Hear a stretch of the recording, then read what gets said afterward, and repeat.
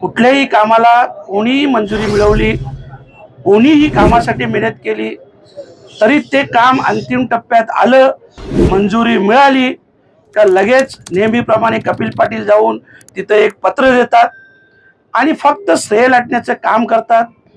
आपण सर्व मंडळींनी 2019 देखील पाहिलं असेल, जेव्हा शेवटचा महिना असतो त्यांच्या 5 वर्षाच्या कालावधीचा, त्या शेवटच्या महिन्यात असे 100, 500, 1000 नारळ फोडून ते सगळ्या ठिकाणी उद्घाटन करतात आणि फक्त ना फक्त श्रेय लाटण्याचं काम करतात, लोकांची दिशाभूल करतात।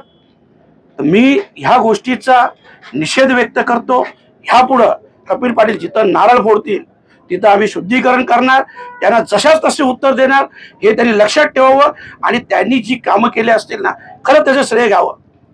आम्ही त्या बाबतीत त्यांची प्रशंसा करायला तयार आहोत, पण जे काम तुम्ही केलं नसेल, MMRDचे काम जे आमदार करतात, बिचारे मेहनत करतात, नगरसेवक पाठपुरावा करतात, जिल्हा परिषद सदस्य पाठपुरावा करतात आणि तुम्ही स्वतः जाऊन रात्रीच्या अंधारात, इथे देखील आपण पाहिलं असेल, रात्री 9, 9:30 वाजता येऊन रात्रीच्या अंधारात उद्घाटन करून पळून गेले। का चोरासारखं तुम्हाला करायला लागतो? आणि दाखवा ना, आम्ही जसे बोलतो, आम्ही असं नाही बोलत, आम्ही पत्र दाखवून बोलतो आणि वेळ जवळ आलेली आहे। आणखी देखील पुढच्या पत्रकार परिषदेमध्ये आम्ही प्रखरपणे विरोध करणार आणि त्यांना आजही सांगतो, हे नारळ उद्यापासून बंद ठेवा, अन्यथा प्रत्येक ठिकाणी गोमूत्र शिंपडून आम्ही ते पवित्र करणार। Speed news Bharat.